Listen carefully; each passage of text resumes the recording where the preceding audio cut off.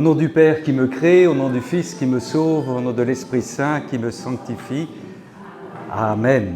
Trinité toujours sainte et indivisible, que j'adore profondément, que j'aime intensément, à qui je rends grâce perpétuellement, pour tous et dans le cœur de tous. Trinité toujours sainte et indivisible, que j'adore profondément, que j'aime intensément, à qui je rends grâce perpétuellement, pour tous et dans le cœur de tous. Trinité toujours sainte et indivisible, que j'adore profondément, que j'aime intensément, à qui je rends grâce perpétuellement, pour tous et dans le cœur de tous. C'est une prière de Jésus à Louisa. Vous avez la Trinité, Jésus nous nous apprend à prier la Trinité, là où est le Fils et le Père, là où est le Père et l'Esprit Saint, là où est l'Esprit Saint et le Fils, vous le savez mieux que moi. Je suis dans un grand combat individuel et personnel. J'ai revu mes feuilles ce matin. Il faut que j'en tronçonne la moitié. Je vais ralentir. C'est mon combat ce matin. Voilà. Mais c'est bien d'avoir l'avis des frères et des sœurs. Ça nous permet de nous améliorer. La divine volonté, c'est tellement riche que j'ai le tort de vouloir dire le maximum de choses en peu de temps. Mais c'est tellement dense que si je vais trop vite, évidemment, on en perd son latin. Je suis bien d'accord.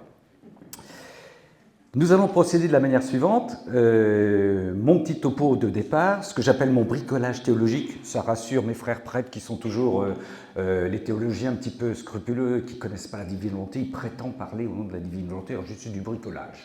C'est du bricolage théologique, voilà. Et puis en fin de matinée, ma sœur Anne Lénotte interviendra aussi dans une autre... Anne Lénotte, vous la voyez sur... Vous connaissez le site Amen Fiat? Oui. Il y a divers intervenants et Anne Lénotte intervient en tant qu'artisan du ciel. Elle nous fait des petites vidéos qui nous ramènent, je ne vais pas dire terre à terre, mais qui nous permettent, on a eu des discussions avec les enfants de Vicky qui m'accueille, l'accueil belge c'est quelque chose, c'est génial, j'ai été accueilli chez Anne, je reviendrai, voilà.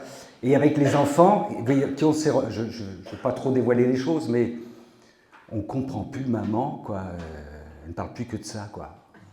Parle plus que de ça. Alors j'ai dit, est-ce que votre maman, elle s'occupe plus de vous? Est-ce qu'elle a perdu la raison? Est-ce que ses activités professionnelles sont foutues? Ah, pas du tout, non. Ah, ben je dis, c'est bon signe, ça va, ça va. Si le contraire se passait, ce serait grave. Et donc, dans l'approche d'Anne, on entend ça aussi, c'est une autre approche de la divine volonté qui fait qu'on ne va pas sentir uniquement aux élucubrations spirituelles de Sieur Ramon Pérez, qui est complètement shooté à la divine volonté, d'accord? Alors j'ai intitulé, on fera une pause aussi, hein, je rappelle, petit café vers 11h15. Ouais. Voilà. Puis de temps en temps, le surgissement de l'Esprit Saint, ne vous étonnez pas, moi je suis concentré sur ce que je dis, avec Emmanuel qui va dire « Ramon, on chante !» Ramon, je suis d'accord, il n'y a pas de problème. Voilà. Ça s'intitule « La divine volonté dans ma vie divine » ou le baptême de Jean le Baptiste, évidemment, et le baptême du Seigneur. C'était mon fil rouge, mais je vais tronçonner un petit peu, tant pis ça fait partie de mon petit martyre du jour. Si le fil rouge disparaît, c'est pas grave. Je commence par cette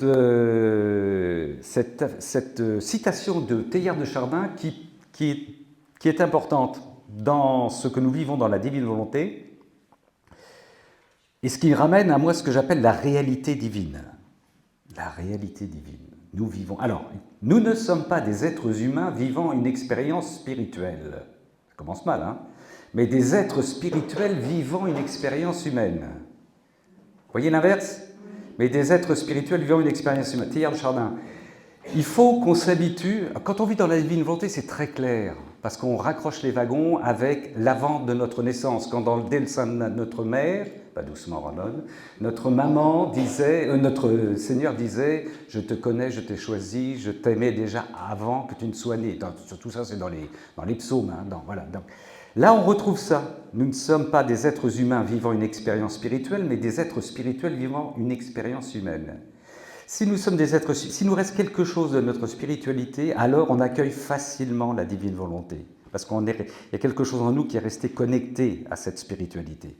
Si on est devenu purement un être humain, au sens humain du terme, c'est-à-dire décroché de Dieu, et même si on est chrétien dans cette dimension-là, on a du mal à raccrocher avec, à accueillir la divine volonté. Je vais y revenir. Une phrase du livre du ciel tout de suite qui corrobore ce que vient de dire Teilhard de Chardin, volume 17, 17 mai 1925, pour ceux qui prennent des notes. Volume 17, 17 mai 1925. Là, cette séance est enregistrée, sera diffusée sur Amen Fiat, hein, ne vous inquiétez pas. Vous avez le droit de vous endormir, de tomber par terre, etc. Voici ce qu'il dit. Et vous allez voir que Teilhard de Chardin et Jésus pensent la même chose. Ma fille, l'homme naît d'abord en moi. Vous voyez ce que je vous disais dans les psaumes. L'homme naît d'abord en moi. D'accord? C'est ainsi qu'il porte en lui l'empreinte de la divinité. Tout nouveau-né, raison supplémentaire pour le baptiser, c'est qu'il porte en lui l'empreinte de la divinité. Ce qu'on appelle, vous savez, dans le jargon latin, memoria Dei, la mémoire de Dieu. Tous, quand nous naissons, nous avons déjà cette mémoire de Dieu. C'est extraordinaire. Vous voyez, donc ce que j'appelle, vous voyez, un petit peu la réalité divine, on est en plein temps dès le départ. Bienvenue mes sœurs. Quand il sort de moi, dit le Seigneur, pour être placé... Je ne suis pas trop fort là au niveau son, ça va? Parce que j'ai l'impression... Bon. Quand il sort de moi pour être placé dans le sein maternel, je lui ordonne de parcourir un petit bout de chemin. Au bout de ce chemin, en me laissant trouver par lui, vous voyez, notre Seigneur nous abandonne un petit peu, d'accord? Je le reçois de nouveau en moi, dans notre humanité, d'accord? Et je le fais vivre éternellement avec moi. Voyez la pédagogie du Seigneur. Vois-tu comme l'homme est noble? Pour cette raison, puisqu'il sort de Dieu déjà. Regarde d'où il vient, où il va, et quel est son destin. Quel est son destin? Quelle devrait donc être la sainteté de cet homme sortant d'un Dieu si saint? Quelle devrait être la sainteté de cet homme sortant d'un Dieu si saint? Il y aurait déjà, vous voyez, là c'est énorme, on pourrait rester une semaine là-dessus. C'est-à-dire que nous sommes dans une réalité divine qui est plongée dans la sainteté de Dieu dès notre désir de Dieu de nous faire exister. D'accord? Et nous avons la mémoire de Dieu en nous. Nous n'avons plus qu'à la retrouver. C'est ce que nous donne la divine volonté. Ça explique tout de suite, encore une fois, les conflits qu'on peut avoir. Quand je dis les conflits, c'est les incompréhensions que vont avoir même des frères chrétiens qui ne comprennent pas ce qu'on leur dit par rapport à ça. Quand on leur parle de réalité divine, que nous naissons en Dieu, que nous retournons vers Dieu et que Dieu, à partir du moment où nous le retrouvons dans notre périple sur terre, dans notre pèlerinage terrestre, il nous permet de vivre la vie des bienheureux sur terre. C'est ce qui est dit dans la divine volonté, la vie des bienheureux sur terre, c'est-à-dire vivre de la sainteté de Dieu.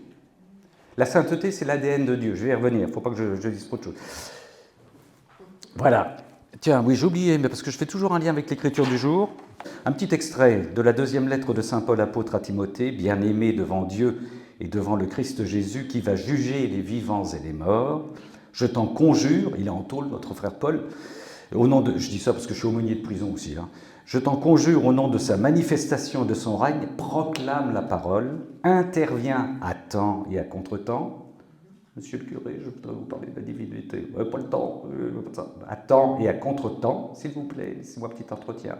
J'ai un livre à vous donner, les 24 heures de passion. Dénonce le mal, fait des reproches, encourage toujours. Les chrétiens même, beaucoup de chrétiens ne savent pas encourager. Sachons encourager, féliciter nos enfants, nos conjoints, encourager. C'est une marque divine, ça. Plutôt que de voir ce qui ne va pas chez les gens. Le Seigneur ne regarde pas ce qui ne va pas chez les gens, il regarde ce qui va bien chez les gens, d'accord? Mais même nous, les chrétiens, on a du mal dans nos... Voilà. Monsieur le curé, c'est génial ce que vous faites en pastoral. Il vous manque juste la divine volonté, je vais vous en parler.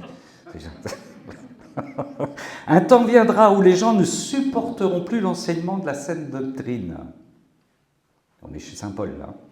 Mais au gré de leurs caprices, ils iront se chercher une foule de maîtres pour calmer leur démangeaison d'entendre du nouveau. Je suis bien placé pour le savoir, vous qui écoutez, qui vous promenez sur les réseaux sociaux, nous avons aussi sur les réseaux sociaux des flopées de faux prophètes et de charlatans. Soyez extrêmement prudents, s'il vous plaît. Théoriquement, avec la divine volonté, on a ce qu'il faut. Avec les Écritures, avec la révélation chrétienne, bien sûr, qui est explicitée par la divine volonté, nous avons ce qu'il faut. Soyez prudents quand vous commencez à aller à droite, à gauche. Hein?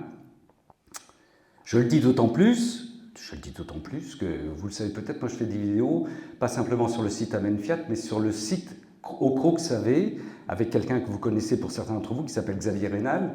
Hein? Il me permet d'intervenir pour la divine volonté sur son site. Je n'interviens que pour la divine volonté. Je n'ai jamais dit, par exemple, et vous ne m'entendrez jamais dire si je cautionnais ou ne cautionnais pas les autres vidéos qu'il présentait. Je pourrais ne pas aller chez lui, mais j'y vais chez lui. D'accord? Parce qu'on ne parle que de divine volonté. Et il y a des gens de chez lui maintenant qui viennent, qui sont en extase quand ils entendent parler de la divine volonté. Tant mieux. Ils viennent sur la liste de diffusion, ils viennent au Cénacle. Donc vous voyez un peu la démarche, quoi. Quand le pape François nous dit d'aller aux périphéries, c'est aussi aller aux périphéries des réseaux sociaux. Ça ne veut pas dire les cautionner forcément. Faut tenir l'équilibre, d'accord? C'est important ça. Ils refuseront d'entendre la vérité pour se tourner vers des récits mythologiques, mais toi, en toute chose, garde la mesure, supporte la souffrance, fais ton travail d'évangélisateur, accomplis jusqu'au bout ton ministère. Bon, ça c'est la lecture, un petit extrait de la lecture du jour. J'aime bien de faire le lien toujours, relire les Écritures au filtre de la divine volonté, c'est super. Donc, vous avez entendu ce que nous a dit le Seigneur, hein. Ma fille, l'homme naît d'abord en moi. La mémorialité, nous sommes des êtres spirituels, nous sommes des enfants de Dieu dès le départ. Et donc c'est normal que nous parlions de réalité divine, quoi. C'est complètement normal, il n'y a pas à s'étonner. Alors, j'ai appelé ce topo que je vais essayer de respecter un petit peu le baptême du baptême de Jean au baptême de notre Seigneur. Je vous lis un peu plus rapidement ce texte que vous connaissez, chez Jean 1, 19, 34. Et voici quel fut le témoignage de Jean lorsque de Jérusalem les Juifs envoyèrent vers lui des prêtres et des Lévites pour lui poser la question. Les pharisiens posent toujours des questions. Qui es-tu? Parce qu'ils ont un savoir. Aujourd'hui, c'est pareil. Quand on a un savoir, on a été formé pendant 7 ans au séminaire, on a le savoir, et quand on vient nous parler de choses, soit on pose des questions, c'est normal. Il fit une déclaration sans restriction. Il déclara « Je ne suis pas le Christ », Jean le Baptiste, et ils lui demandèrent « Qui es-tu » Et tu Élie. Il répondit « Je ne le suis pas ». Es-tu le prophète? Il répondit « Non ». Ils lui dirent alors « Mais qui es-tu » Que nous apportions une réponse à notre évêque, à ceux qui nous sont envoyés. « Que dis-tu de toi-même » Il affirma « Je suis la voix qui crie dans le désert, aplanissez le chemin du Seigneur, comme l'a dit le prophète Isaïe. » Bon, c'est l'art de renvoyer les gens avec des... Ouais. Or, ceux qui avaient été envoyés étaient des pharisiens. Ils continuèrent à l'interroger en disant « Si tu n'es ni le Christ, ni Élie, ni le prophète, pourquoi baptises-tu » Ah oui, ils ont le droit de lui poser cette question-là. Jean leur répondit « Moi, je baptise dans l'eau, trivialement avec de la flotte. Bon, au milieu de vous se tient celui que vous ne connaissez pas. Il vient après moi et je ne suis même pas digne de dénouer la lanière de sa sandale. » Cela se passait à Béthanie, au-delà du Jourdain, où Jean baptisait. Le lendemain, il voit Jésus qui vient vers lui et lui dit « Voici l'agneau de Dieu qui enlève le péché du monde. C'est de lui que j'ai dit « Après moi vient un homme qui m'a devancé parce qu'avant moi, il était. » On tombe dans le présent éternel de la divine volonté, l'acte unique, vous voyez, qui est souvent... Moi, j'ai mis du temps avant de commencer à comprendre. Hein. Après moi vient un homme qui m'a devancé parce qu'avant moi, il était. Il faut être clair, là. Hein. Moi-même, je ne le connaissais pas, mais c'est en vue de sa manifestation à Israël que je suis venu baptiser dans l'eau. Là aussi, c'est du concentré. Hein. Et Jean porta son témoignage en disant « J'ai vu l'Esprit tel une colombe descendre du ciel et demeurer sur lui ». Manifestation trinitaire rare dans les évangiles où on a le Père, le Fils et l'Esprit Saint. C'est intéressant ça. Hein. Et je ne connaissais pas, mais celui qui m'a envoyé baptiser dans l'eau, c'est lui qui m'a dit « Celui sur lequel tu verras l'Esprit descendre et demeurer sur lui, c'est lui qui baptise dans l'Esprit Saint. Et moi, j'ai vu et j'atteste qu'il est lui le Fils de Dieu. » C'est Jean-Baptiste, ok? Alors, le mot baptême est très riche en définition. Regardez toujours l'étymologie des mots quand vous travaillez votre catéchisme de l'Église catholique, votre écriture et les livres du ciel. C'est une magnifique richesse. Le baptême, donc, a comme définition, entre autres, celle de tremper des étoffes pour les teindre. Tremper des étoffes pour les teindre. Étymologie du mot baptême. Vous allez voir, Paul s'en est servi. Paul nous dit que le baptême nous permet de porter les couleurs du Christ. Vous voyez le lien avec la teinture, eh oui, de revêtir le Christ. Le baptême de Jean, baptême de purification qui lave de l'extérieur avec de l'eau les péchés, dans le but de changer de vie, est complété par le baptême du Christ, baptême de conversion qui lave de l'intérieur par l'Esprit Saint. C'est pour ça que normalement, théoriquement, je ne sais pas comment vous avez été baptisés, mais on plonge les adultes, on devrait tout le corps dans l'eau pour qu'il s'asphyxie. Normalement, on commet un meurtre quand on baptise. On asphyxie la personne qu'il meure de l'intérieur, c'est la symbolique du baptême, et de l'extérieur pour, en le relevant, qu'il renaisse de l'intérieur et de l'extérieur. C'est ça la symbolique. Ça change un petit peu notre petite goutte de flotte sur le fond, quoi. Hein. Mais bon, ça revient. Hein. On voit, il y a beaucoup de catéchumènes qui demandent à être baptisés et d'être en immersion. C'est plus que symbolique, quoi. Hein. Le baptême chrétien par immersion est la mort à soi-même pour renaître de la vie trinitaire, pour renaître d'en haut, de l'eau. Le baptême est la plongée du néophyte dans la mort et la résurrection du Christ. Ce ne sont pas que des mots, hein. On revient à la réalité divine. Comme deux strates qui se superposent pour se fondre l'une dans l'autre, le baptême du disciple de Jean et le baptême de Jésus, les deux baptêmes. Et cette fusion est proclamée donc célébrée par Jésus lui-même quand il dit à Nicodème, Jean 3, 5, 6, c'est là qu'on comprend mieux, en vérité, je te le dis, nul s'il ne naît de l'eau, d'eau et d'esprit ne peut entrer dans le royaume de Dieu. On comprend tout là. Ce qui est né de la chair est chair, et ce qui est né de l'esprit est esprit. Ne t'étonne pas si je t'ai dit, il vous faut naître d'en haut, notre naissance continuelle dans la divine volonté. Le chrétien qui vit de la divine volonté connaît ces deux strates. Je pense que vous avez vécu ça, cette divine infusion. Il avait sa vie de chrétien qui précède le don de la divine volonté. Pourquoi ne pas dire une belle vie de chrétien ? Ouais. Aussi belle soit-elle, et sa vie en Christ après la divine volonté. Enfin, moi, c'est ce dont je témoigne, quoi. Hein. Où ce n'est plus lui qui vit, mais c'est Christ qui vit en lui. Galates 2,20. Ça, la divine volonté, c'est mon gimmick, c'est du Saint Paul premier degré. Avant, je disais, oui, c'est Christ qui vit en moi, spirituellement, de temps en temps, quand je veux, intellectuellement, ouais, c'est Christ qui vit en moi, ouais. C'est pas ça, hein, dans la divine volonté, c'est il vit en moi. Il prend pouvoir, possession, il prend le terme de possession de moi. Il respire, il parle actuellement, il me tient dans sa main, parce que s'il ne me tenait pas dans sa main, je ne tiendrais. Vous voyez, c'est du premier degré, c'est du Saint Paul premier degré, quoi. Christ qui vit en moi, c'est la divine volonté. Ce n'est pas quelque chose d'extérieur, ce n'est pas une spiritualité. C'est un acte de vie, une puissance de vie en moi, d'accord ? Le baptême est un sacrement qui dit ce qu'il fait et fait ce qu'il dit. Tous les sacrements disent ce qu'ils font et font ce qu'ils disent. Je te baptise au nom du Père, du Fils et du Saint-Esprit. La grâce divine, la vie divine pénètre le baptisé pour faire leur demeure en lui. J'espère que je ne vous choque pas, le Seigneur n'arrête pas de dire dans la divine volonté que nous sommes le paradis de Dieu. Il faut arrêter de dire à nos frères chrétiens d'aller chercher notre Seigneur, ils le cherchent encore dans les nuages. La Trinité cherche un endroit où se reposer. Le septième jour, si vous voulez reposer la Trinité, c'est le septième jour, pour elle ne peut se reposer que dans une âme qui vit de la divine volonté. Là, elle peut se reposer. Mais elle descend dans l'âme qui vit dans la divine volonté. Nous sommes, les petites créatures que nous sommes le paradis, l'Éden de Dieu. C'est énorme, la responsabilité. On va y revenir plus tard, vous allez voir, ça va aller très vite. Nous ne sommes pas simplement le paradis de Dieu, nous sommes les ciboires de Dieu, nous sommes les hosties vivantes. C'est le terme utilisé par notre Seigneur dans la divine volonté.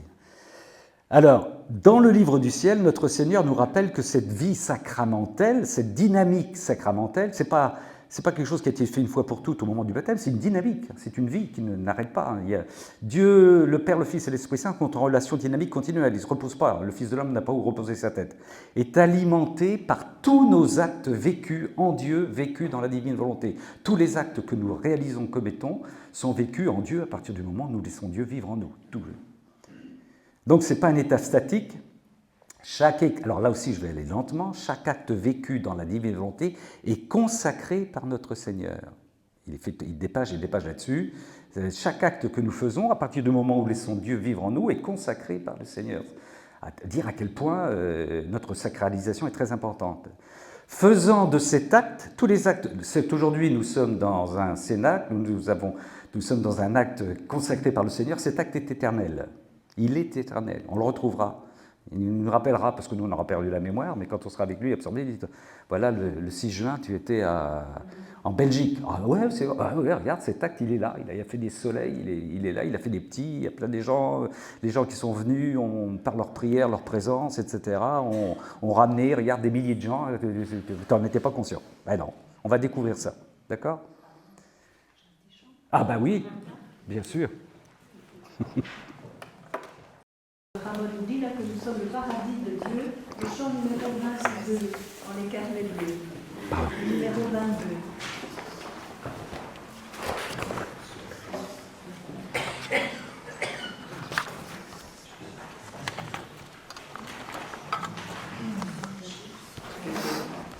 « 22. Comme dans les Côtes d'Armor en Bretagne.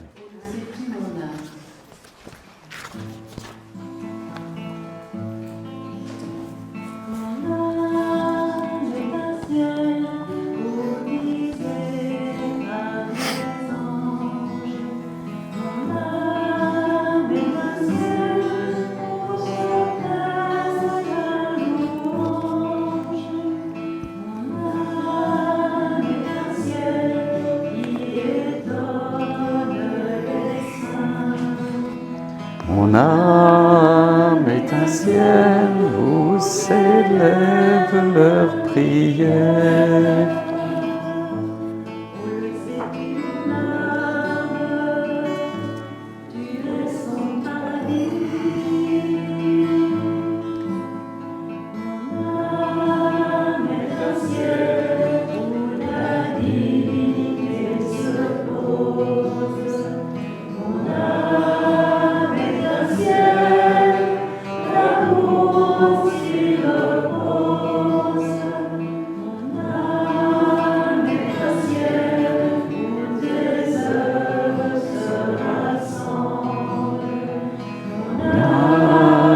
C'est un ciel qui raconte tes merveilles.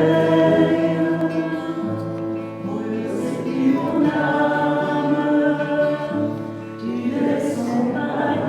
Mon âme est un ciel pour les flots de ta tendresse.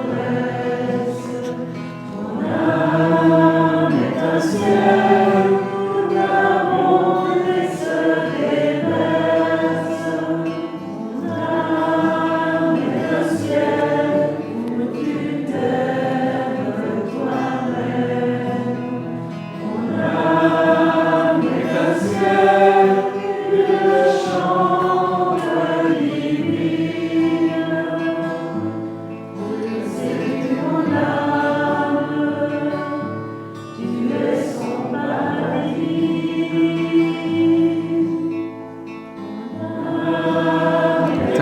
ciel.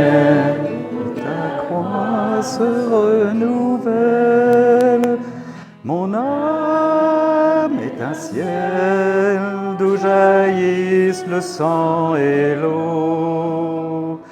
Mon âme est un ciel pour l'amour de Marie. Mon âme est un ciel, elle t'y berce tout petit. Mon âme, tu es son paradis. Mon âme est un ciel d'où se répand. Mon âme est un ciel, un néant pour l'infini. Néant pour l'infini. Un néant pour l'infini.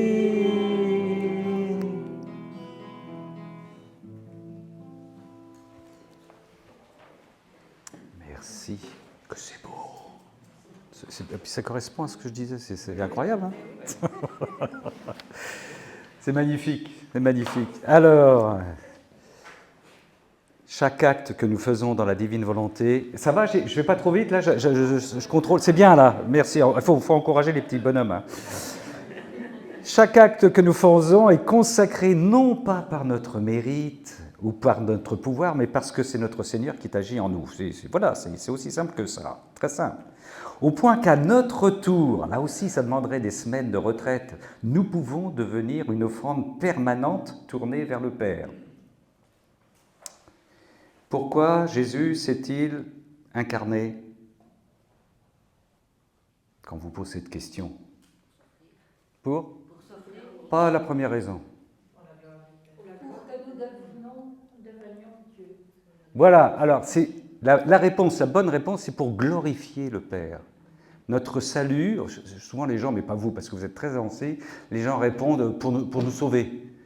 Le salut, c'est très égaux de dire, c'est vrai, mais le salut est une dimension de la glorification du Père. Le Fils aime tellement le Père qu'il a voulu rendre une glorification que nul n'avait rendue jusqu'ici au Père. Et c'est la raison de son incarnation. D'accord? Et dans sa glorification, glorifier le Père tel que nous devrions le glorifier. Et pour te montrer, papa, que je peux te glorifier, je veux te glorifier parfaitement, je vais sauver en plus, je vais glorifier à la place de tous les êtres humains qui ne te glorifient pas en les rachetant. Passion. D'accord? C'est important. Donc nous, dans la divine volonté, nous pouvons devenir aussi des offrandes au Père continuelles, en Jésus, par Jésus, avec Jésus. Nous laisser manger par nos sœurs et frères, par nos conjoints et nos conjointes. Comme le Fils est donné constamment en nourriture, notre vie peut devenir Eucharistie, action de grâce. Action de grâce. Et dans cette vie eucharistique ou eucharistiée, la folie divine nous informe qu'en renaissant d'en haut du baptême du vin, du baptême de la divine volonté, nous pouvons, deuxième partie, devenir on est assis, des hosties vivantes. On n'entend pas encore ça dans les homélies, mais ça va venir. Hein? Volume 11, j'attaque, vous voyez là, je passe sur les hosties vivantes, vous êtes initiés. Hein. Volume 11, 17 décembre 1914, Louisa qui a du caractère, qui râle, qui veut comprendre. Louisa, il ne faut pas confondre pauvreté de Louisa. Vous savez que le Seigneur a dit qu'il a parcouru la terre pour choisir la personne en qui il allait révéler ce nom de la divine volonté, pour trouver la plus pauvre. Nous, on fait souvent, on assimile pauvreté avec débilité. C'était une personne très intelligente, notre Louisa, avec ses 2 années de scolarité, et elle avait du tempérament, et qu'elle avait envie de négocier avec le Seigneur, elle négociait avec le Seigneur. Hein, vous lisez, ça y allait. Hein. Ah, je ne suis pas d'accord avec toi, etc. Et puis, qu'est-ce que tu me fais? Voilà, c'est une vraie commerciale. Hein. Louisa, l'âme peut devenir une hostie vivante pour Jésus. Oh, poursuivant dans mon état habituel, j'étais très affligé à cause de la privation de Jésus. Il vint finalement et se fit voir dans toute ma pauvre personne. Il me sembla que je formais son vêtement. Vous voyez la logique avec le teinturier de Paul, il y a de la suite dans les idées. Hein. Brisant le silence, il me dit « Ma fille, toi aussi, tu peux être une hostie. » Nouvelle catéchèse. Dans le sacrement de l'Eucharistie, l'accident du pain. L'accident, ce qu'on appelle les accidents, c'est la farine, le pain, d'accord, hein, c'est un terme qu'on utilise souvent en théologie. Bon, très bien, je vois que vous savez. L'accident du pain constitue mon vêtement, dit le Seigneur, et la vie qui se trouve dans l'hostie est constituée de mon corps, mon sang et ma divinité. On a tout ça dans l'hostie. Entre parenthèses, quand vous êtes en adoration, si vous avez ce luxe encore, ce plaisir, vous avez la Trinité dans l'hostie. Et là où est la Trinité, vous avez le monde entier dans l'hostie, vous avez la Vierge Marie, vous avez les puissances célestes, et vous avez vos frères et vos sœurs qui sont chrétiens ou pas chrétiens dans l'hostie. Tout le monde se trouve dans l'hostie, donc plus besoin de regarder la télévision. Hein. On est bien d'accord. Tout le monde est là. Tout le monde est là. Bon. C'est par ma volonté suprême que cette vie existe dans l'hostie, dit le Seigneur. Ma volonté assume l'amour, la réparation, l'immolation et tout ce qui se trouve dans l'Eucharistie, ma volonté. Ce sacrement, notre Seigneur, attention, respecte le sacrement, il dit, très important dans la divine volonté, dans la relation à Louisa, il y a 3 personnes, Jesus, Louisita et...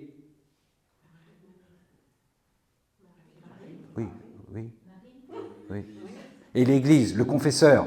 Ah ouais, retenez ça, très important. Tout le temps, Trinité, tout le temps. Il y a le confesseur, la bataille entre le confesseur et Louisa, la négociation des fois entre Jésus et le confesseur, les cadeaux qu'il va faire au confesseur, et puis je te renvoie à ton confesseur, c'est lui qui décide. Oh, combien de fois elle demande à être débarrassée de son confesseur pour être réveillée le matin Église, Louisa, ça c'est pas pour rien que l'Église a permis à Louisa d'avoir une Eucharistie pendant 60 ans à peu près tous les jours. Ça c'est un signe aussi c'est un cadeau, quoi. Ou alors l'Église s'est complètement trompée, mais elle a permis, avec la grâce de l'évêque, d'avoir une célébration eucharistique tous les jours dans la chambre de Louisa. Entre parenthèses, vous connaissez le dernier cadeau que nous a fait l'Église, enfin que nous a fait notre Seigneur, Annibal Maria di Francia. Vous savez que son corps est incorruptible. Il y a 100 ans qu'il est mort, on l'a sorti son corps. Il est dans l'église Saint-Antoine de Messina, dans le sud de l'Italie maintenant, et évêques, cardinaux, etc. vont se prosterner, enfin vont prier devant lui. Bon, il n'y a pas qu'Acutis, il n'y a pas que Padre Pio, maintenant il y a Annibal Maria di Francia. Saint Annibal Maria di Francia, dernier pape, dernier évêque, vous moquez pas, dernier évêque consacré par Saint Jean-Paul II. Saint Jean-Paul II. L'arborescence de Luisa Picaretta, alors ceci, je vous le dis, il faut retenir ces choses-là quand vous discutez avec des âmes récalcitrantes. L'arborescence de Luisa, Saint Annibal Maria di Francia, confesseur, censeur librorum, c'est-à-dire qu'il était chargé par l'évêque de censurer ses bouquins. Censurer, ça veut pas dire fermer, c'est étudier ce qu'il y a dans les livres pour savoir si c'est bon ou pas bon. Qui va voir Pidis, Annibal Maria di Francia, il lui dit, j'ai un bouquin pour vous, les 24 heures de la Passion. Annibal Maria di Francia, qui a créé les rogationnistes, la famille religieuse des rogationnistes, et des filles du divin zèle. Les filles du divin zèle, il y avait la Salette, Marie Calva qui est venue donner un coup de main à la congrégation d'Annibal Maria di Francia, parce qu'il y avait des problèmes déjà à l'époque, et qui a donc rencontré Luisa Picaretta. Le pape Pidis qui dit à Annibal, quand il revient le voir, Annibal voulait lui parler des rogationnistes, et le pape lui dit, on parle de ça. Vous m'avez donné un bouquin, là, il se lie à genoux, c'est le Seigneur qui écrit. Bon. À un moment donné, comme toutes, c'est normal, comme Faustine et compagnie, 2 ou 3 bouquins de Luisa, à cause de traduction, sont mis à l'index par le Vatican, très peu de temps. Qui remet ça en route? Ratzinger, cardinal Ratzinger, qui devient pape après. D'accord? Et voilà, vous voyez les ramifications un petit peu. Et donc, Saint Jean-Paul II canonise, le dernier prêtre qu'il a canonisé, c'est Annibal Maria di Francia. Padre Pio, le râleur, disait, pourquoi vous venez me voir? Allez voir la Santa, Luisa Picaretta. Le monde un jour sera Luisa Picaretta, annonce prophétique de Luisa Picaretta. Et je l'ai appris il y a très peu de temps, Mère Teresa pratiquait les 24 heures de la Passion. Ah oui, ça retenez ce que j'appelle, vous voyez, cette arborescence pour quand vous discutez avec des frères, je vais arrêter de taper sur mes frères, mon curé, parce que j'ai une bataille avec mon curé terrible. Mais vous voyez, on est d'église, quoi. On est d'église. Cette arborescence, elle est importante. Quoi. Et aujourd'hui, Annibal Maria di Francia, qui pour moi va précéder un jour la sortie du corps de Luisa, mais ça c'est moi qui le dis, hein, il peut être vénéré comme relique officielle, vous voyez. Vous vous rendez compte? Cadeau quand même, quoi. L'âme peut devenir une hostie vivante. Il me sembla que je formais son vêtement. Brisant le silence, il me dit, « Ma fille, toi aussi, tu peux être une hostie. Nous pouvons être des hosties. Dans le sacrement de l'Eucharistie, l'accident du pain constitue mon vêtement et la vie qui se trouve dans l'hostie est constituée... » Ça, je vous l'ai dit. C'est par ma volonté suprême, donc, que cette vie existe. Ma volonté assume l'amour, la réparation, l'immolation et tout ce qui se trouve dans l'Eucharistie. Ce sacrement ne déroge jamais de ma volonté. C'est la volonté qui est... Vous voyez, dans le... Comment dire, Luisa, là aussi, il y a un moment, elle dit, mais tu vas quand même pas me dire que l'Eucharistie, c'est moins important que la divine volonté. Elle se pose légitimement la question. Et réponse tout à fait claire et évidente de notre Seigneur, qui a institué l'Eucharistie? Qui a institué les sacrements? Ma volonté. Donc effectivement, la volonté de Dieu, quand dans la Genèse il dit « créons l'homme à notre image, créons les animaux », il crée sa volonté, il crée, ça se réalise. Donc il n'y a pas, vous voyez, il n'y a pas de contradiction là-dessus. La volonté est première.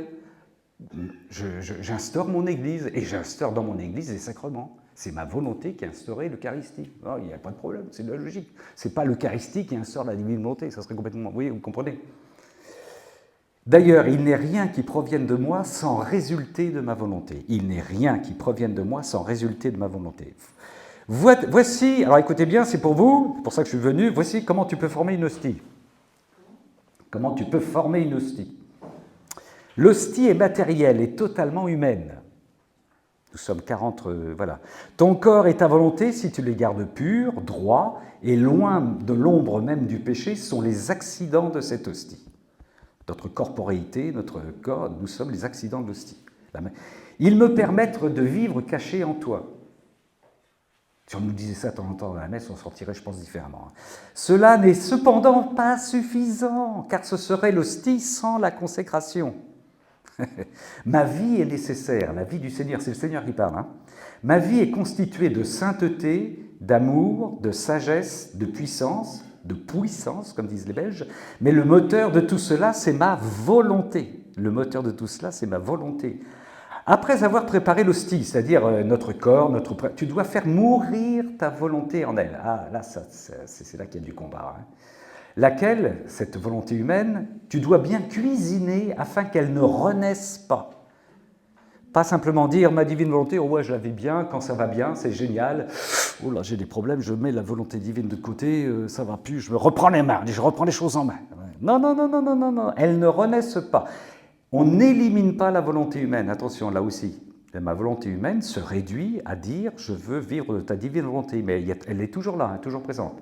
C'est une forme d'hérésie que de dire que notre Seigneur élimine la volonté humaine. On ne serait plus libre s'il éliminait la volonté humaine. Elle est là, mais ma volonté humaine se réduit à vouloir vivre de ta volonté divine. Ma volonté qui contient toute ma vie fera la vraie et parfaite consécration. Ainsi, la pensée humaine n'aura plus de vie en toi, il n'y aura plus que la pensée de ma volonté. Théoriquement, si vous êtes venu aujourd'hui, c'est parce que c'est de la volonté divine qui est rentrée en vous, qui vous a invité à venir ici, qui vous a donné cette envie. Cette consécration mettra ma sagesse dans ton esprit. Il ne s'y trouvera plus de vie pour ce qui est humain, pour la faiblesse, pour l'inconstance, nos humeurs, nos affects. Elle mettra en toi la vie divine, la force de l'âme, la fermeté et tout ce que je suis. Ainsi, chaque fois que tu laisseras ta volonté, tes désirs, tout ce que tu es et tout ce que tu dois faire couler dans ma volonté, je renouvellerai ta consécration. Il nous consacre à chaque fois. Vous voyez un peu, ça va loin. On va voir des bouquins de théologie là-dessus dans quelques années. Et je continuerai de vivre en toi comme dans une hostie vivante. Je continuerai de vivre en toi comme dans une hostie vivante. Pas une hostie morte comme les hosties où je ne suis pas. Pas une hostie morte. Et ce n'est pas tout. Le Seigneur, il y a toujours vous savez, ce qu'il appelle les excès d'amour, les excès d'explication, parce qu'il veut nous donner en surabondance. Dans les hosties qui sont dans les ciboires, dans les tabernacles, tout est mort et muet. Il est tout seul, notre Seigneur. Il est tout seul. Il ne s'y trouve pas la sensibilité d'un battement de cœur en face de lui, d'un élan d'amour. Si ce n'était du fait que j'y attends les cœurs pour me donner à eux, le Seigneur nous attend dans les tabernacles. Moi, j'ai une petite église, vous savez, j'en témoigne souvent, c'est un cadeau. J'ai le droit à l'adoration tous les jours. Moi, je suis en guerre avec mon curé, mais il m'a donné l'autorisation d'ouvrir le tabernacle. Et donc, c'est extraordinaire, ça, d'avoir un cœur à cœur avec le Seigneur. Si ce n'était du fait que j'attends les cœurs pour me donner à eux, j'y serais très malheureux. Mon amour serait frustré. Ma vie sacramentelle serait sans but.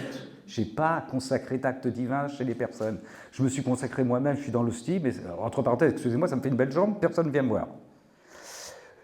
Si je tolère cela dans les tabernacles, je ne le tolère pas chez les hosties vivantes. Ah, contrat. La vie a besoin de nourriture. Dans l'Eucharistie, je veux être nourri de ma propre nourriture. Alors ça aussi, c'est énorme. On ne vient pas simplement faire des demandes, viens, même, je vais participer, je vais te manger dans ton corps et dans ton sang. Il veut être mangé, notre Seigneur. Il veut que nous devenions non seulement des temples, des hosties vivantes, mais il veut que nous soyons la nourriture du Seigneur. Pour une expression qui revient très souvent dans la divine volonté, rendre Dieu à Dieu. Rendre Dieu à Dieu. D'accord ? C'est-à-dire, dit-il, que l'âme s'approprie ma volonté, mon amour, mes prières, mes réparations, mes sacrifices, on porte tout ça dans notre journée, la nuit, et qu'elle me les donne comme si c'était ses propres choses. Tu m'as donné de vivre ça aujourd'hui, tout ça, y compris excusez-moi, les ennuis, les emmerdes, etc. Je te donne tout ça. Je l'ai vécu en toi. Je m'en nourrirai. C'est le Seigneur qui dit ça. Je m'en nourrirai. L'âme s'unira à moi, tendant l'oreille pour entendre ce que je fais et pour agir avec moi. En répétant ainsi mes propres actions, elle me donnera sa nourriture et je serai heureux. Elle me donnera sa nourriture et je serai heureux. Nourrissons notre Seigneur. Soulageons notre Seigneur. Pas simplement une prière de demande pour guérir nos bobos ou nos grandes croix. Soulageons notre Seigneur. J'ai un grand bobo, j'ai une grande croix. Je viens m'en plaindre parce que je suis un râleur, parce que je suis touché, mais je viens aussi te l'offrir pour te soulager de la croix que tu portes. Et avec toi, je porte cette croix. Et je me rends compte que cette croix, c'est rien que dalle à côté de ce que tu as vécu. On va y revenir sur la passion, le Christ qui a vécu une passion pendant 33 ans, et non pas pendant 3 ans. C'est uniquement dans ces hosties vivantes que je trouverai compensation pour ma solitude, ma grande faim, et pour tout ce que je souffre dans les tabernacles. On compense par notre vie, par notre réceptacle de notre vie, ce que la solitude, la souffrance que vit Jésus dans les tabernacles où il est complètement isolé. D'accord ? C'est énorme, vous voyez, c'est là où on avance avec lui. Donc, ça c'est le volume 11, 17 décembre 1914.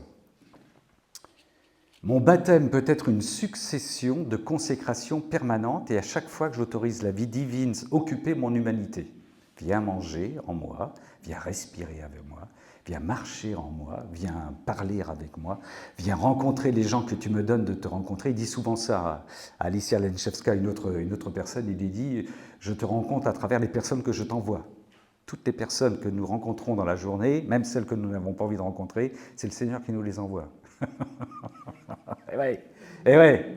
Et il dit, je viens à travers, parce qu'elle lui dit, oh je t'aime, c'est dire, non, tu m'aimes pas tout à fait. Elle dit, pourquoi ?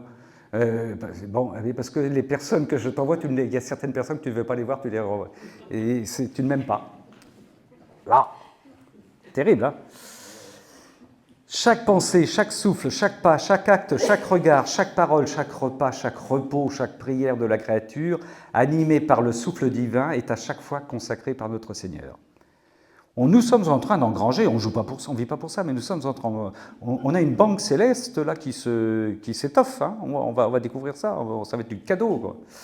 Cela devient alors comme ils sont engrangés et consacrés, ils ne meurent jamais, ça devient des vies divines éternelles. Jésus ne meurt pas, la vie de Dieu ne meurt pas, donc ça devient des actes éternels. Nous avons cette puissance d'acte éternel. Ce qui est logique puisque Dieu est vie. Et non seulement cela, mais l'âme, par l'abandon de son être, devient nourriture pour notre Seigneur. Ça c'est important, il faut qu'on le retienne. Nos vies deviennent, je cite de nouveau, des hosties vivantes pour compenser la grande faim du Seigneur. J'alimente mon Seigneur qui se fait nourriture pour moi. Alors, ça veut dire aussi que, je vais passer très rapidement là-dessus, mais vous savez, il y a une image qui revient souvent dans le livre du ciel, c'est la mer sans rivage. C'est-à-dire, c'est un abandon total. Si je laisse le Seigneur vivre en moi toute la journée, quoi qu'il arrive, j'accepte que cela vienne du Seigneur. Et donc, il prend cette image-là, il dit à Louisa, la divine volonté, c'est tu es dans une mer, vous voyez, sans rivage. Tu n'as plus de planche, tu n'as plus de bout de bois sur lequel tu n'as plus un banc de sable pour remonter. C'est fini, terminé. À un moment, si tu es essoufflé, tu fais la planche et tu te laisses toi porter. Et même, il va plus loin, il dit, si tu veux vraiment rentrer dans la divine volonté, plonge jusqu'au fond. Parce qu'il y a la surface quand il y a des tempêtes, pour les poissons, les poissons qui sont à la surface sentent la tempête. Si tu es complètement au fond, tu ne bouges pas, tu es tranquille, tu es en paix, tu es immergé dans la divine volonté. Donc Jésus est à la fois la mer sans rivage qui nous porte, et puis c'est le maître nageur aussi. Hein. Il ne cesse de répéter qu'il a constamment les yeux fixés sur nous. Soyez bienvenus les sœurs. Il ne nous quitte pas des yeux, hein, avec un regard d'amour évidemment.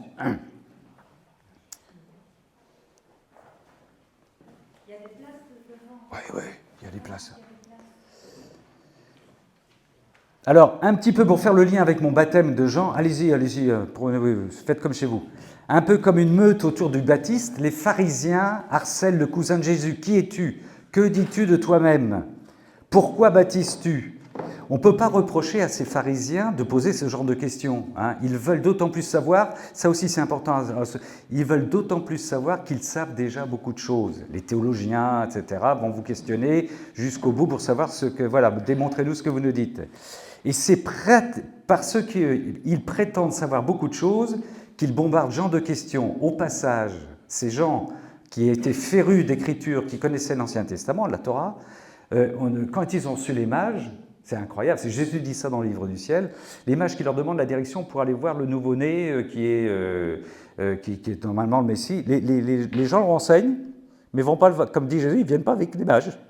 Ils envoient les mages, des étrangers qui n'ont aucune culture, Et eux, ils restent dans leur synagogue et ils se déplacent. Vous voyez un petit peu.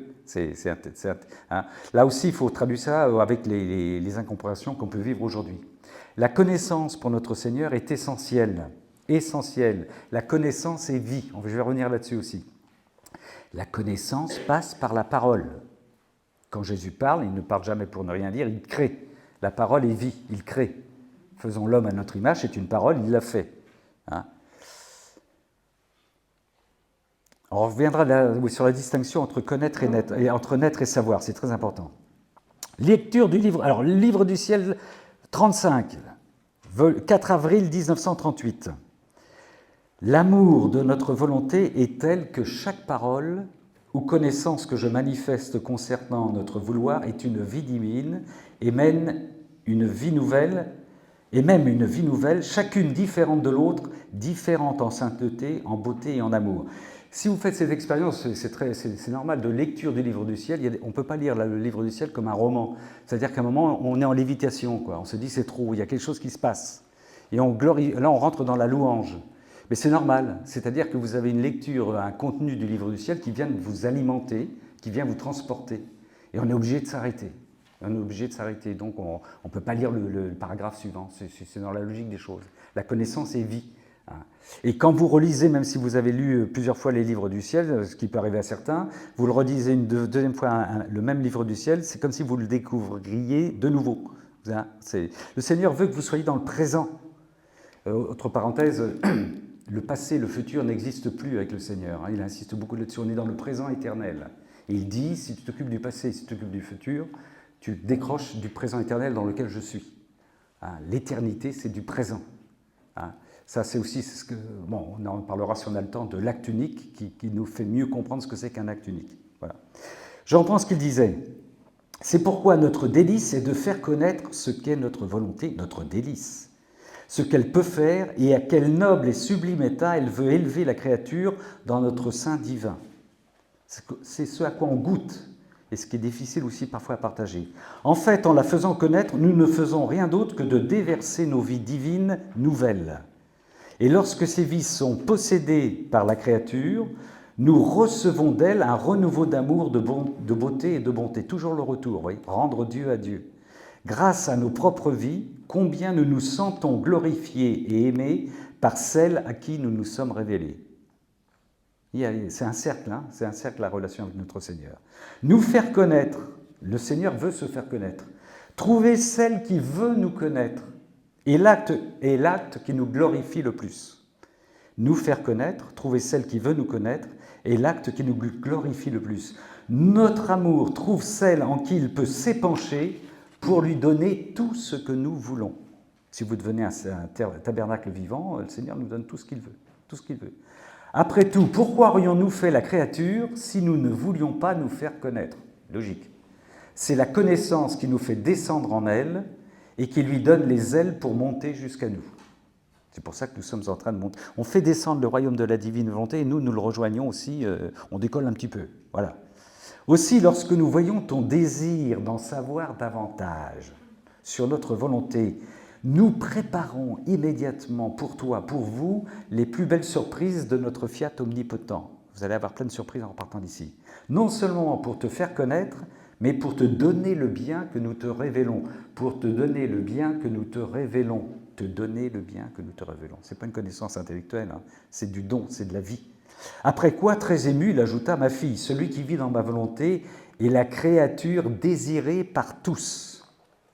Parce que tous se sentent aimés par elle, son amour s'étend à tous, embrasse toutes choses, se place dans le cœur de tous pour nous faire aimer par tous. » Alors ça aussi, c'est un grand mystère qui nous est dévoilé dans la divine volonté. Notre présence, si Jésus est en nous, je vais très vite là-dessus aussi, nous sommes constamment dans une prière universelle. Puisque Jésus ne prie pas uniquement pour mon fils ou ma fille ou mon conjoint ou ma conjointe, d'accord? Je peux, évidemment, glisser le prénom de mes frères et de mes sœurs que j'aime particulièrement, humainement, mais le Seigneur, il dépasse. Si je prie pour mon fils, il prie pour tous les fils passés, présents et futurs. Son amour s'étend jusque-là, d'accord? Donc on est dans une prière. À partir du moment où je reçois cette divinité en moi, cette divinité va frapper au cœur, aux âmes de toutes les créatures passées, présentes et futures. Vous voyez la puissance qui nous est donnée, qu'elle s'ouvre ou qu'elle ne s'ouvre pas. On ne sait pas ce que ça va donner. Mais actuellement, à 40 que nous sommes liés au monde entier de par la présence de notre Seigneur, de par la présence de l'activité de l'Esprit Saint, actuellement. Et nous touchons toutes les âmes actuellement. De même que nous sommes dans toutes les Eucharisties qui sont célébrées en ce moment. Ah oui, vous êtes, je dis ça souvent, mais c'est vrai, avant quand je partais avec ma voiture en Eucharistie, avec le tempérament que vous devinez que j'avais chez moi, je kalachnikovais les gens qui m'empêchaient d'aller à cause des bouchons. J'étais en pétard, quoi. Aujourd'hui, je célèbre l'Eucharistie dans la voiture. Je dis, Seigneur, tu ne veux pas que j'y arrive? C'est pas grave, je te rejoins. Je te rejoins, puisque voilà. Aujourd'hui, nous sommes en pleine communion avec l'Eucharistie qui se célèbre partout, puisque Jésus est en nous. D'accord? C'est énorme, quoi. C'est partout. Vous pouvez être privé des sacrements. Ce que je ne vous souhaite pas, c'est vous serez dans tous les sacrements. Vous pouvez être en prison pendant 1 an, 2 ans, 10 ans, ou Covid privé d'Eucharistie. D'ailleurs, la pédagogie du Seigneur, il s'est servi du Covid pour se faire connaître. Là aussi, le plan du Seigneur est énorme. Et bien, vous êtes plongé dans la vie sacramentelle de notre Seigneur. Tout le temps, tout le temps, tout le temps, tout le temps. Seigneur, je vais dormir, j'ai envie de roupiller ce soir. Chaque souffle, je dis je t'aime, viens respirer en moi, viens dormir en moi, et je te rejoins dans toutes les Eucharisties que tu vas célébrer de l'autre côté de la terre. Je serai avec toi dans les Eucharisties. Et j'y serai.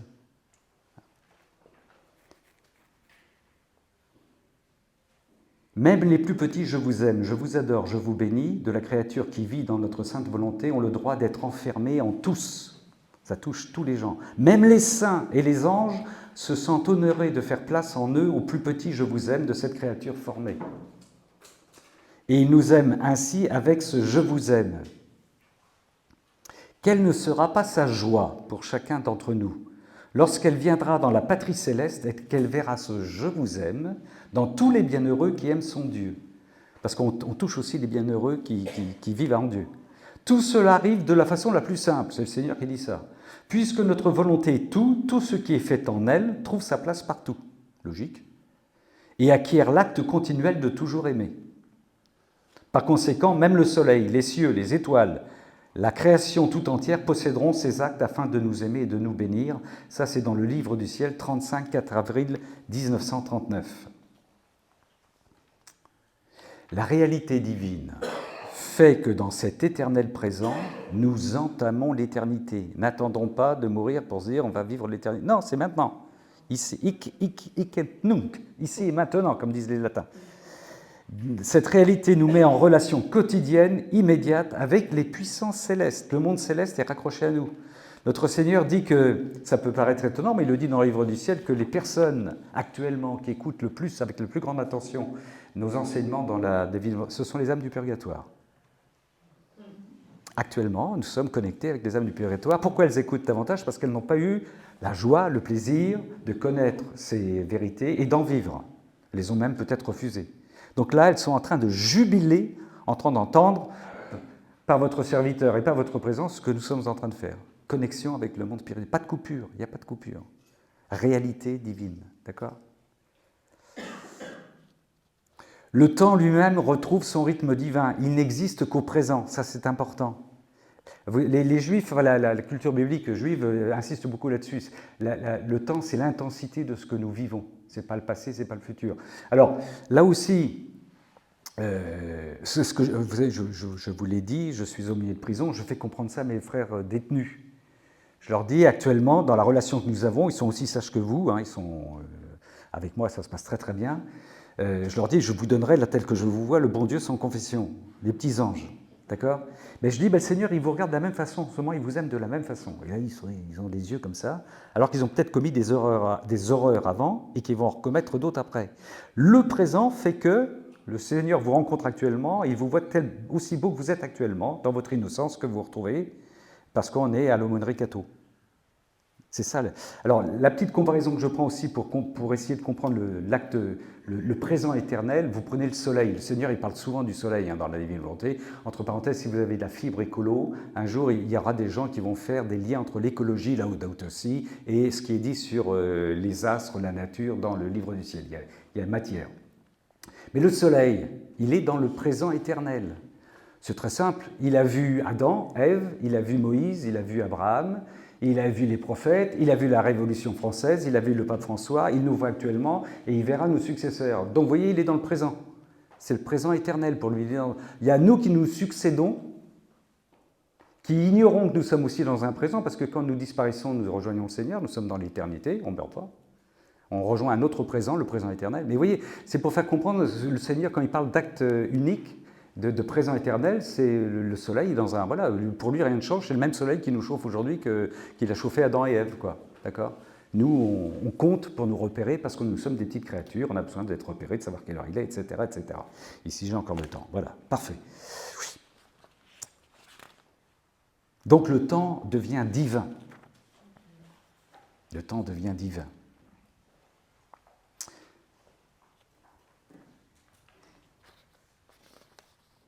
Pourquoi des chrétiens plongent-ils dans la divine volonté? Pourquoi d'autres restent-ils en dehors? Ah, mystère. Pourquoi certains sont-ils bouleversés? On est bouleversé, puis là, le conjoint... Dans les couples, hein, ça peut aller très loin. Il peut y avoir séparation à cause de la divine volonté, ça existe. Hein, ça va loin. Mon conjoint est devenu cinglé. Il ne parle plus que de ça. Mon curé m'a dit, tu te discrimines, tu ne parles plus que de divine volonté. Tu te discrimines. Bon. Ça, je comprends, parce qu'il ne pige pas. Pourquoi je dirais des pharisiens. Alors, les pharisiens d'aujourd'hui, je ne dis pas ça d'un point de vue moral. Le pharisien, pour moi, c'est celui qui a le savoir, l'instruction. Il a tellement d'instructions. Hein, c'est un jour, un dominicain m'a dit que j'essaie de vendre, entre parenthèses, de la divine volonté partout où je me trouve. J'avais une baraque qui revenait de Jérusalem, une grosse tête dominicaine, et je lui glisse la divine volonté, et là, il ne me répond pas, très malin. Et, pas. On se retrouve après au repas, j'étais à côté de lui, puis sans me regarder, il me dit ma maman était une sainte, elle avait une religion très saine. Elle ne croyait ni aux révélations privées, ni aux apparitions de la Vierge. Avale ça petit. C'était sa réponse. Vous voyez, très saine. Toi, mon bonhomme. Voilà. Oui, voilà, c'est comme ça. On ne comprend pas. Donc, je n'ai pas insisté là, il ne faut pas insister. Ma fille, pour bien comprendre un sujet, il est nécessaire d'avoir la foi. Donc, si vous comprenez la divine volonté, remerciez le Seigneur parce que c'est un don. Hein, vous l'avez compris, ça ne vient pas de nous, ça ne vient pas de vous, c'est le Seigneur qui vous a donné de comprendre, d'être plongé dedans. Vous ne savez pas pourquoi vous avez plongé dedans. D'accord. Parce que sans la foi, tout est sombre dans l'intelligence humaine. Respectons les frères et les sœurs qui ne pigent rien. On en parlait avec certains qui sont allés discuter avec leur curé même. Hein, et à la fin, je n'y crois pas. Sous-entendu, je ne comprends rien. Donc, basta, c'est pas la peine. Et pourtant, je vais te célébrer la messe tous les jours avec toi. Bon. Comment? Un curé qui demande même la preuve. Oui, qui demande des preuves. Mais oui, bien sûr, oui. Le seul fait de croire allume une lumière dans l'esprit. Au moyen de cette lumière, on peut percevoir clairement la vérité et la fausseté des choses pour discerner si c'est la grâce qui opère ou la nature ou le diable. C'est Jésus qui parle. Vois-tu, l'évangile est connu de tous, mais qui comprend la signification de mes paroles? Parle de l'évangile, hein. Qui comprend les vérités que l'évangile contient? Qui conserve ces vérités dans son cœur et en fait un trésor pour acheter le royaume de Dieu? Ceux qui croient. Je termine la citation là. Pour tous les autres, non seulement ils n'y comprennent rien, mais ils s'en servent pour s'en moquer et pour plaisanter sur les choses les plus saintes. Ainsi, on peut dire que tout est écrit dans les cœurs de ceux qui croient, qui espèrent et qui aiment. On n'a pas à se glorifier de ça, hein. C'est un don, c'est une grâce. Pour tous les autres, on peut dire que rien n'est écrit pour eux. Il en est ainsi de toi. Celui qui possède un peu de foi voit les choses avec clarté et découvre la vérité. Un peu de foi. Celui qui ne croit pas voit les choses dans la confusion. Ça, c'est dans le volume 4, 9 janvier 1903, Isaïe 44, 18, ils ne comprennent pas. Volume 4, 9 janvier 1903, Isaïe 44, 18, ils ne comprennent pas. Ils ne discernent pas car leurs yeux sont encrassés au point de ne plus voir, leurs cœurs le sont aussi au point de ne plus saisir. 44, 18, ma sœur, que j'aime. Savoir et connaître. On peut dire ça dans les... Oui, c'est Vicky, je vous la présenterai. Vous connaissez. Mais bon, ne froissons pas son humilité. Savoir et connaître. J'aime bien ça, que connaître avec son préfixe con, avec, espagnol, que l'on peut traduire avec en espagnol, contigo, avec toi, conocer, naître. Ça veut dire, pour moi, c'est naître avec celui qui nous donne la connaissance. Je reçois une connaissance de Dieu, je nais avec la connaissance. La connaissance, c'est naître avec. Si vous pouvez retenir ça, c'est pas mal. C'est pas mal, hein? Voilà. Dieu nous donne la sainteté. Dieu nous donne sa sainteté. La sainteté, c'est l'ADN de Dieu. Retenez ça aussi, je dis ça souvent, mais c'est vrai. La sainteté, c'est l'ADN de Dieu qu'il nous communique, d'accord? Par grâce. Par le baptême, nous laissons la sainteté de Dieu se développer en nous. Les baptisés sont saints de la sainteté de Dieu. N'ayez pas honte de dire que vous êtes saints et saintes, sainte femme de l'Église catholique. Oh, la sainteté, c'est pour les autres. Hein, comme je dis, la sainteté par procuration, je l'ai pratiquée pendant longtemps. Je vais caresser le tibia de Sainte Thérèse sous une chasse, parce que pour moi, je ne suis pas... Non, je suis saint de la sainteté de Dieu. De par votre baptême, vous êtes saint. N'ayez pas... Alors après, il faut le prouver. Ouais, mais nous sommes saints. Si nous ne sommes pas saints, ça veut dire qu'il n'y a pas une goutte de Dieu en nous. Alors on est incroyant, on se dit chrétien, mais on est hérétique. Voilà. Je suis saint de la sainteté de Dieu. Donc, les baptisés sont saints de la sainteté de Dieu. Donc, connaître, c'est renaître d'en haut, avec Nicodème, du baptême de l'Esprit. Hein, voilà, et cessons de vivre une sainteté par procuration, c'est pour les autres. C'est pour les autres. Savoir peut bloquer la connaissance. Rapidement. Voici que je fais toutes choses nouvelles, Apocalypse 21,5. Voici que je fais toutes choses nouvelles. Il faut accueillir la nouveauté. Hein. Et des frères et des sœurs qui nous disent « je ne veux pas de révélation nouvelle », c'est classique, donc je ne veux pas de la divine volonté, je me contente dans l'Évangile, là aussi il faut être imparable. Que nous dit la divine volonté? Mais oui, il n'y a pas de révélation nouvelle, c'est la phrase du Notre Père « que ta volonté soit faite sur la terre comme au ciel ». Donc on est bien clair, ça n'apporte rien de nouveau. Il y a 36 volumes pour apporter rien de nouveau, sauf qu'il nous donne le mode d'emploi de cette phrase. C'est une explicitation catéchisme de l'Église catholique, vous devez retenir cela par cœur, numéro 66. La révélation, elle est faite en Jésus-Christ, mais elle est explicitée tout au long des siècles. La divine miséricorde, le Sacré-Cœur, qui relève d'une révélation privée à la coque, c'est pas dans l'Évangile, c'est explicite. L'amour du cœur de notre Seigneur, la miséricorde de notre Seigneur, ils explicitent le contenu des révélations. Le Notre Père, c'est... Voilà. Hein. C'est quel dans le catéchisme? 66, ma sœur. Vous lisez 66 et 67. Très important. Ça, c'est pour les discussions avec vos théologiens. Hein, voilà. Parce que si je dis, ben oui, tout est révélé, posez-leur la question aussi. Alors, vous maîtrisez ce qui est révélé? Ah non, quand même pas. Non. Pourquoi vous faites des homélies? Pour expliciter. L'homélie est très importante dans le catéchisme de l'Église catholique, a un rôle fondamental. C'est sacré l'homélie, ça devrait être travaillé, ça devrait être complètement... C'est une explicitation de... Voilà, les écrits des saints, les milliers et les milliers de pages. Alors parce que, oui, 36 volumes, oh non. Alors je leur dis, écoutez, vous vous arrangerez avec notre Seigneur, dans le face-à-face, vous lui direz, excuse-moi Seigneur, mais tu déconnes, 36 volumes, c'est trop. 600 pages pour le petit journal de Sœur Faustine, non, ça ne va pas, ça ne se fait pas. Vous lui direz ça, vous verrez ce qu'il vous dira.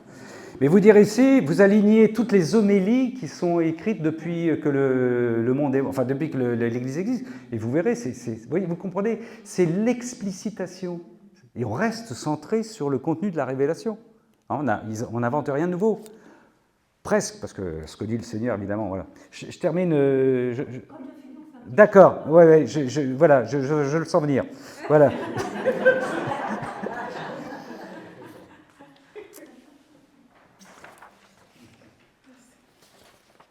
Je vais le dire, je saute 2 pages, mais c'est important, 3 pages même. Oh là là, j'espère que je vais me retrouver. Catéchisme de l'Église 521. Moi, j'ai découvert le catéchisme de l'Église catholique grâce à la divine volonté, ce qui est un très bon signe. Très bon signe.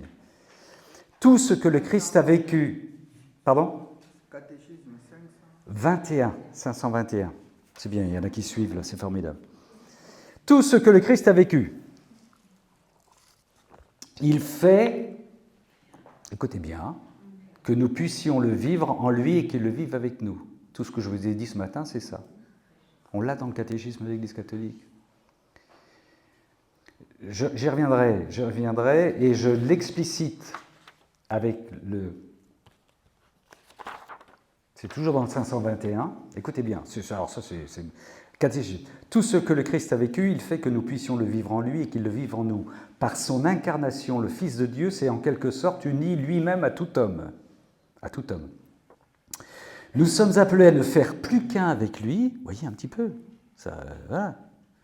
Ce qu'il a vécu dans sa chair pour nous et comme notre modèle, il nous y fait communier comme les membres de son corps. Communion. Nous devons continuer et accomplir en nous les états et les mystères de Jésus et le prier souvent qu'il les consomme et accomplisse en nous et en toute son Église. C'est clair ? Car le Fils de Dieu a dessein de mettre une participation et de faire comme une extension et continuation de ces mystères en nous, 5 fois en nous, et en toute son Église par les grâces qu'il veut nous communiquer et par les effets qu'il veut opérer en nous par ces mystères. Et par ce moyen, il veut les accomplir en nous. Divine volonté. Ah oui! Ah oui, mais c'est parce que vous ne lisiez pas le catéchisme comme moi avant la divine volonté. Mais voilà, oui, voilà. Éphésiens 1, 3, 14. Béni soit Dieu, le Père de notre Seigneur Jésus-Christ. Il nous a bénis et comblés de bénédictions de l'Esprit au ciel dans le Christ. Il nous a choisis dans le Christ avant la fondation du monde. Ce n'est pas des paroles en l'air, ça. Hein, pour que nous soyons saints, immaculés, devant lui, dans l'amour. Il nous a prédestinés. Vendredi prochain, votre serviteur sur Amen Fiat vous proposera Prédestination contre liberté. Un excellent cénacle, magnifique cénacle sur la prédestination. Ah, moi j'ai plus peur de lire, parce que comme c'est le Seigneur qui travaille chez moi, c'est magnifique. Prédestination, sommes-nous prédestinés? Et si on est prédestiné, on n'est pas libre alors? Ah, on n'est pas libre si on est prédestiné. On entend ça. Ben, on verra que non seulement nous sommes prédestinés, mais plus nous sommes prédestinés, plus nous sommes libres. Vendredi prochain sur Amen Fiat, 50 €. Il nous a choisis dans le Christ avant la fondation du monde pour que nous soyons saints, immaculés devant lui dans l'amour.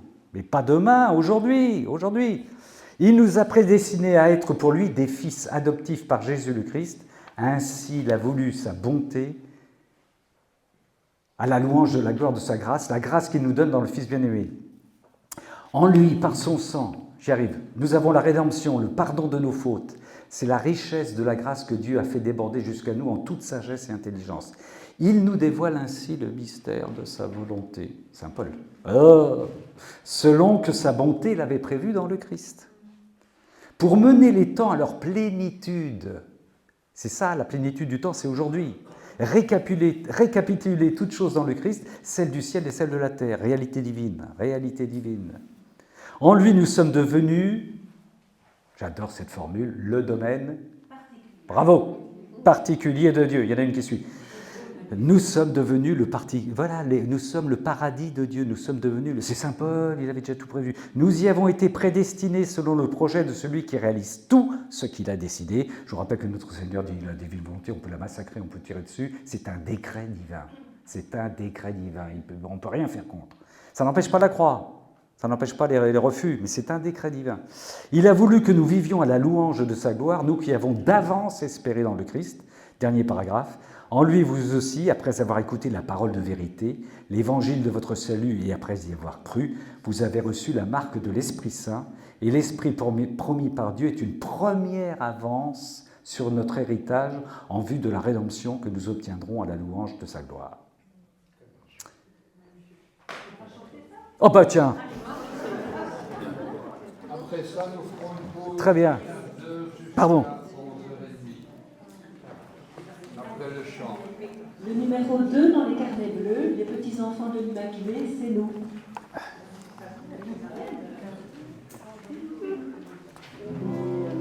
Numéro 2. Nous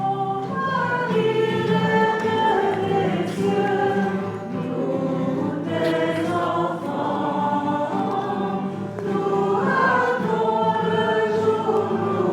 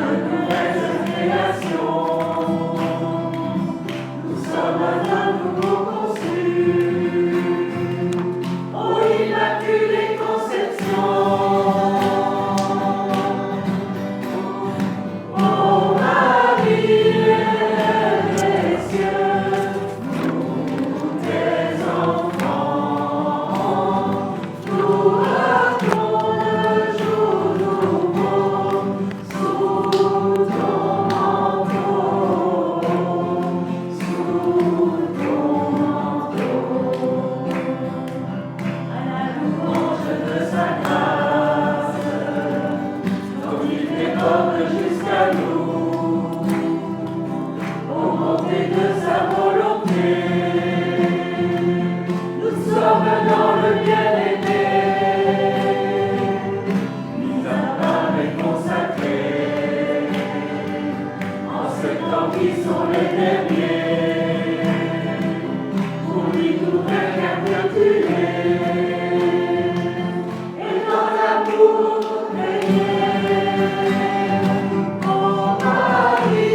Reine des cieux, nous t'étais enfants. Nous hâtons le jour nouveau sous ton manteau, sous ton manteau. Jubilé, jubilé, jubilé, le dessein bienveillant du Père l'a accompli aujourd'hui sur terre, dans sa divine volonté. La la, orgueil, reine des cieux, nous tes enfants, nous battons le jour nouveau.